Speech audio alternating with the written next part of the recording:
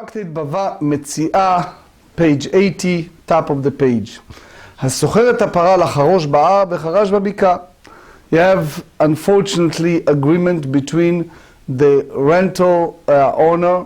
Those days was a cow. Someone make agreement with a lessee, with the rental fellow, to rent a cow, and it was a condition with the tools, with the plowshare, and he agreed to do it in a certain way, only to do it in the mountain, and he unfortunately plowed in the valley. So Ritva said it has to be clearly specified, otherwise he can do whatever he wants, regardless if it's a valley or mountain. Im nishbar hakankan, if the plowshare, the cutting tool on the bottom part of the plow breaks, so that's, again, it doesn't need to be specifically in this. The Mefarshim said that can be in any type of renting tools and things happen, broken, patur. So he basically exempt, as it was even more likely to break on mountain turn. Now, but the opposite way, babik'ah v'charash behar, he asked him to do it in a valley with the assumption that there's a limit how much the plowshare can take, and unfortunately he used it for the mountain. Im nishbar hakankan chayav, if the plowshare breaks, he is liable. Why? It contains slaim, turns, and stones. It's much harder than the valley, and therefore is liable. Now, it's a disputation among the Rishonim between the Rambam and the Rosh. The Rambam said that the employees, the workers, he can impose upon them some payment if they are part of that, part of the liability. The Rosh said, since his Shina, he changed, instead of valley he used mountain, so therefore you cannot impose the employees to pay the expense. So with regard to one who rents cow to plow with on the mountain but plows with the valley, he is exempt from paying the damage of if the blade of the plow breaks. The owner of the broken plow can take up his case with the workers who did the plowing by saying that since they plow on a less difficult terrain than the agreement called for, it can be assumed that it was the workers' carelessness that contributed to the damage. Similarly, in the case where the plow breaks but the renter did not diverge from the intentions of the owner of the plow can litigate with the workers. One who rents an animal to plow with in the valley but plows on a mountain, so that's is liable to if the plows break, because he diverged from the agreement by walking on more difficult terrains. Nevertheless, the renter can litigate with the worker. That's the famous Rambam, as they may not have performed the work carefully enough. The Tur, citing the Rosh, says that if the same individual who hired the animal also hired the workers are entirely exempt, as the renter is the one who diverges from the agreement and send them to the difficult terrains. So consequently, he must pay them their wages in full. And as we said, Shulchan Aruch Nechoshen Mishpat in 309, and the Ramah elaborates on that. Similar ruling, the Mishnah said, Ladush bakitnit vedash bitvuah. He asked him to do it in the cow to thresh legumes, but he threshed grain, and the cow slipped and broke its leg. Patur, he is exempt. Why? because that's much more asleep, the thresh grain, much less than the thresh legumes. לדוש בתבואה ודש בקטנית חייב מפני שהקטנית מחלקת. As we said, because the legumes is slippery.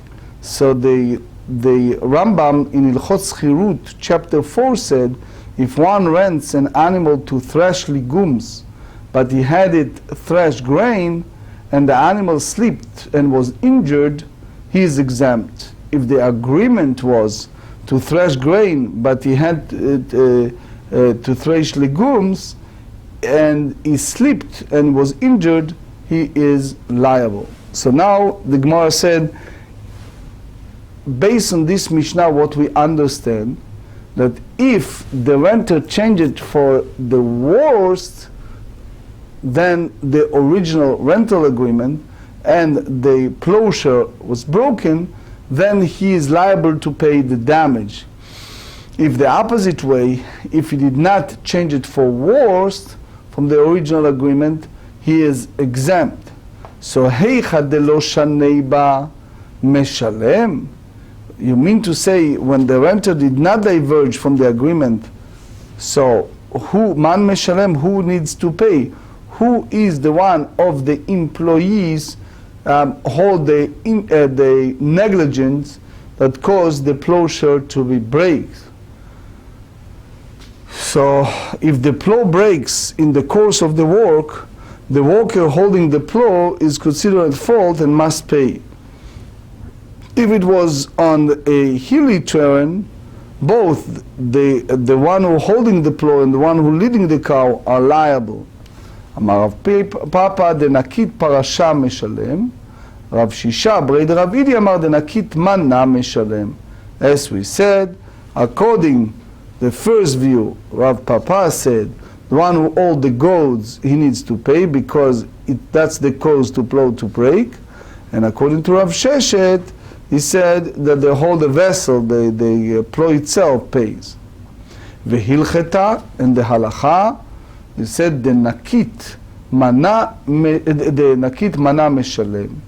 The halacha is that one who holds the vessel pays. Because if he didn't dig so deeply in the ground, the diversion of this plow case not occurred. Ve'iduchta de mechzekei gunderei travayu meshalim, as we explained earlier in halacha. And if it's a place where rocks are commonly found, they both pay, because that's basically their responsibility. They are both should be extraordinary cautious with that.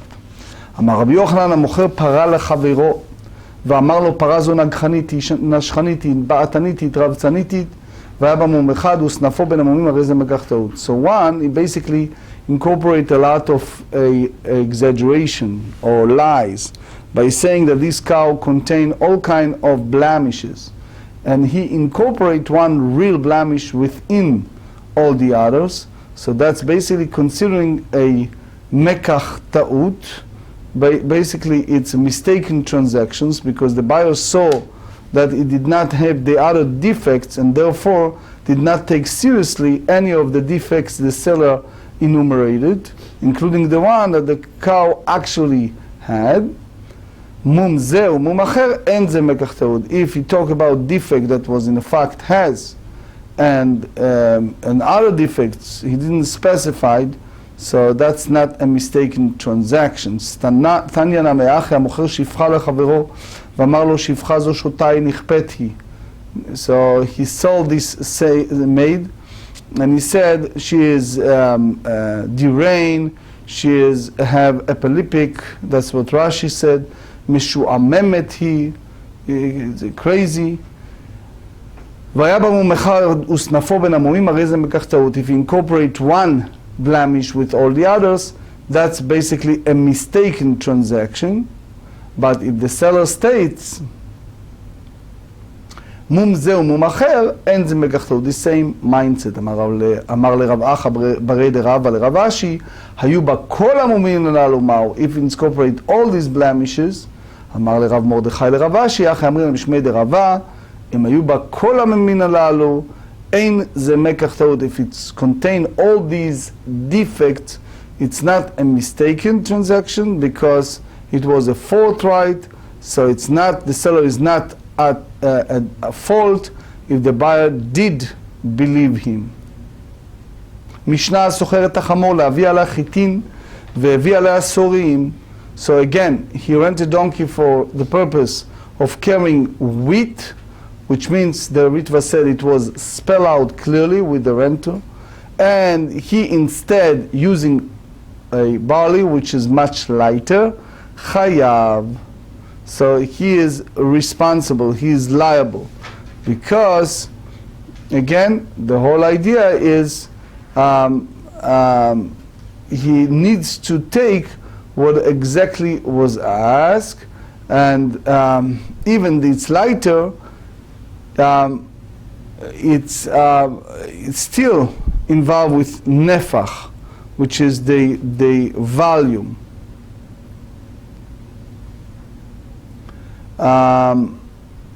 The whole idea, the Ramban and the Rosh said, it's all depend upon what is the mindset, because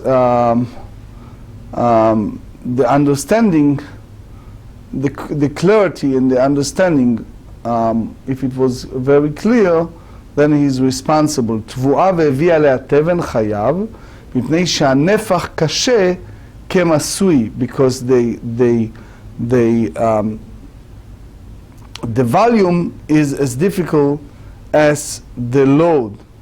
So here we have the Shulchan Aruch Shel Mishpat 308, who said, if one rents an animal to carry a given weight of wheat, but instead makes it carry same weight of barley, and the animal dies, he is liable, as the additional volume is difficult for the animal to bear. That's basically follow the Rava's view. להביא לתך חיטין והביא לתך שעורין פטור, ואם מוסיף על מסעו חייב, וכמה יוסיף על מסעו ויהיה חייב, how much must he add the load for him to make it liable? סומכוס אומר משום רב מאיר שאה לגמל, 3 קבין לחמור. סומכוס said, name of Rabbi Meir, that it's a שאה on a camel and 3 cab on the donkey. That's less than that, it's not enough to impose upon the renter the damages, because that's not a regular manner to ruin the animal. התמר אביי אמר קשה כמסוי תנן, רב אמר קשה למסוי תנן. So the Abaye said that difficult as load, Rav said difficult for load. אביי אמר קשה כמסוי תנן, נפחה כי תקלה, ואם מוסיף 3 קבין חייב. רב אמר קשה למסוי תנן, תקלה כי תקלה ונפחה ותוספת. So obviously, according to Rava, it's basically an addition volume. So he's liable if the weight of the barley is the same as that of the wheat. So you have additional volume and it's considered to cause the damage. תנן להביא עליה לתך חיטין והביא לתך שעורין פטור, ואם מוסיף על מסעו חייב. מה אליו 3 קבין? לא שאה. ועל הקטן כמה יוסיף על מסעו ויהיה חייב, סומכוס אומר משום רב מאיר, שאה לגמל ו3 קבין לחמור. So it means that that's the additional. אחי כאמר, היכא דלא שני, חיטין והביא חיטין, שורין והביא שורין, כמה יוסיף על מסעו ויהיה חייב. How much he needs to add a greater value than he stipulate is liable. סומכוס אומר משום רב מאיר, שאה לגמל ו3 קבין לחמור. Sumchus said, a se'af on a camel and 3 cab on a donkey. Tashma. Thou, another braita, the opposite of what Abaye said. Le'avi letech chitin, so bring a 15 se'ah of wheat, ve'evi, but he bought 80 b, 16 se'orim, chayav, 16 se'ah of barley, he's liable. So it means that you have additional 3 calves, which is half a se'ah. So therefore, ha-3 קבין פטור is exempt, unlike the view of Abaye. תרגמה Abaye במחיקתה. He is a smooth over barley, So that's a very clear, precise measure load. So it's roughly a se'ah less than the usual amount. So it's matched the view of Abaye. תנו רבנן קו לחטף, אדריב לערבה, קור לספינה, שלושת קוראים לבורני גדולה. המרמר, קו לחטף. So Mar said that a kav is too large, it's additional for a porter. So he said, Im ita lo matze bei bardartau leshadye. So if the soy cannot withstand this load, the porter is a sensible person. So let him throw him off and avoid injury. Amar Abaye b'shchavato le'altar. So Abaye said, here we talk about the case that the load knocked him down immediately before he could remove it from his back. Rava אמר אפילו תימה בשלא חבטו לאלתר ולא צריכה אלא לאגרה יתרה. So it's additional. Rav Ashi אמר הוא סבור חולשה הוא דנקית לי. So he said that Rav Ashi hold, even if the porter is a sensible man, so he thought the monetary weakens the size that seized him, and he's not realized that the load itself was excessive.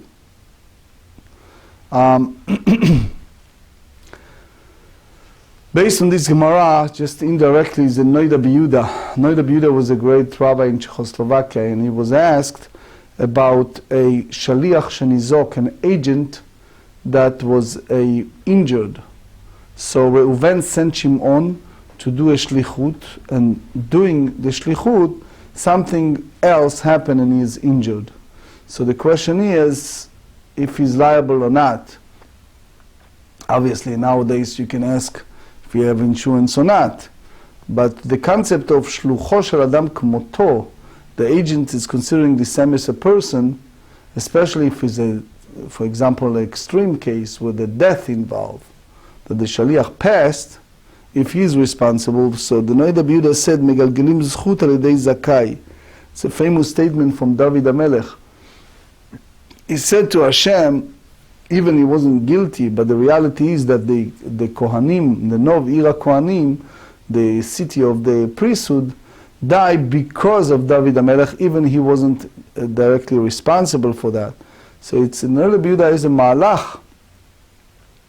If he is achrai b'dinei shamayim, if he's responsible for, in a way, why in heaven they make it in a certain way, and he hold that there is a inyan of tikkun. But anyway, kor lesfina ושלושת קוראים לבורני גדולה, אמר רב פאפא שמע מינס, סתם ספינות בת תלת קוראים, למאי נפקא מינה למיקח וממכר. So the same nafka mina, that when you have a buying and selling, one who purchased a boat of unspecified dimensions should know that it is that this is it's a expected capacity.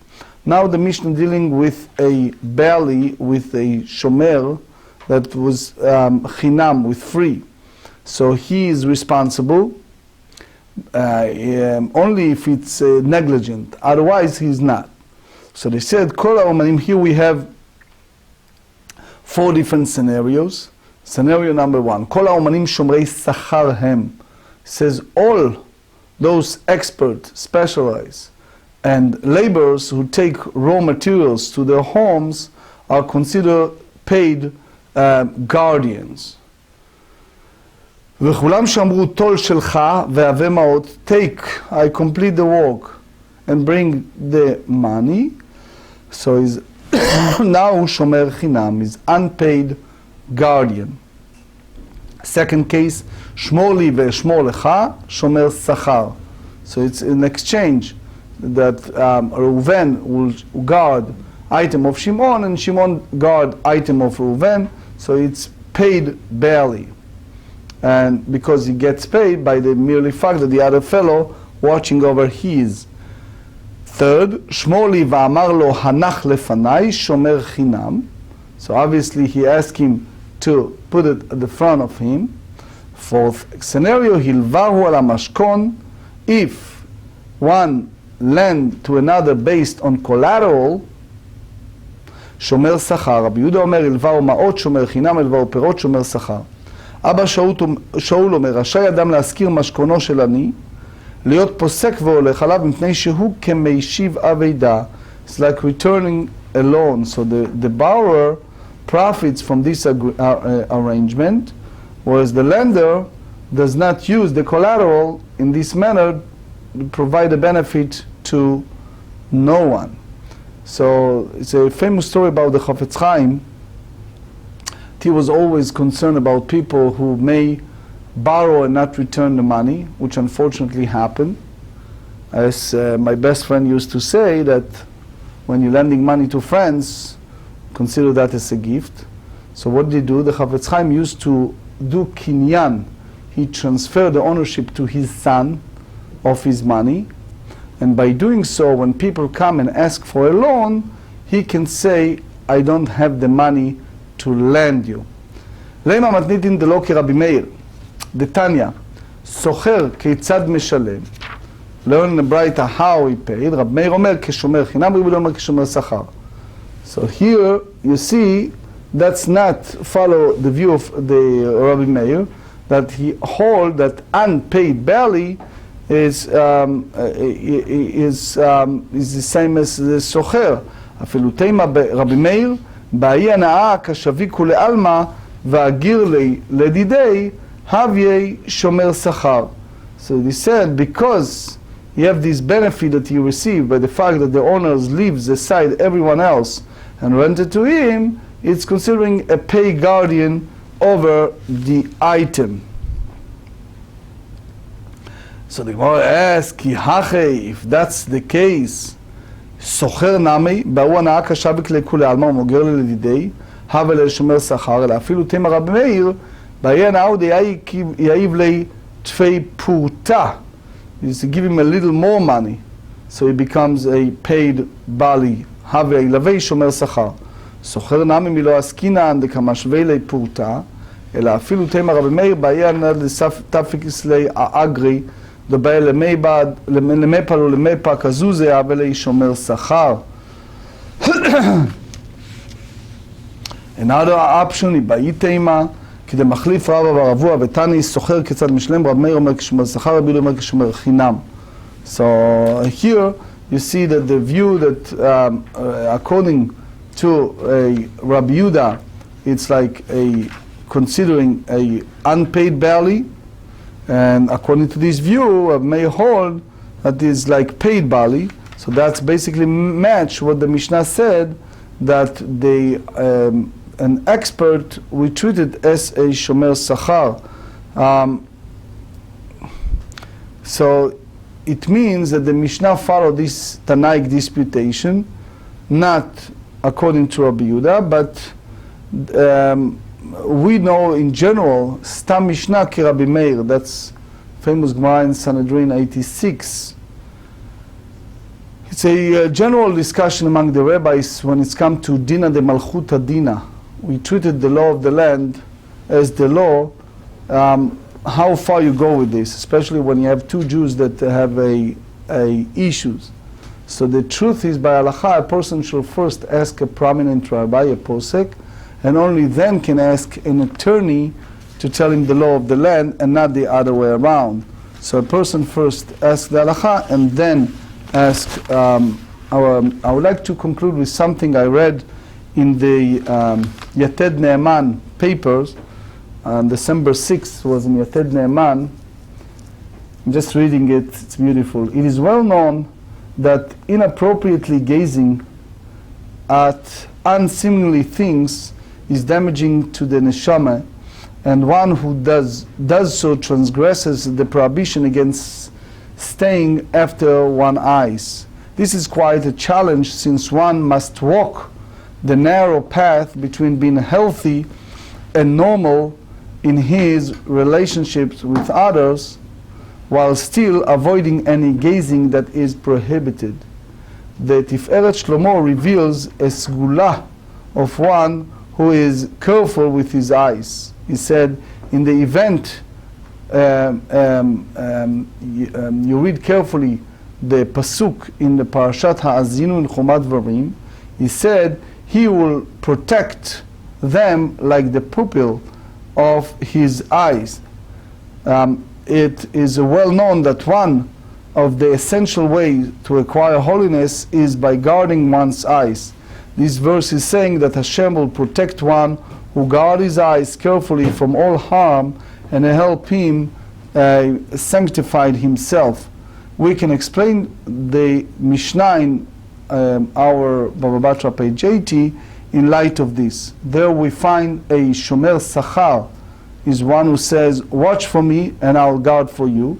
Hashem watches over the person who agrees to watch his eyes so that he can be holy for Hashem. He gets the status of a Shomer Sachar, one whose reward is a Shamur guarded for him in the next world. That's the Tiferet Shlomo in Parashat Ha'azinu.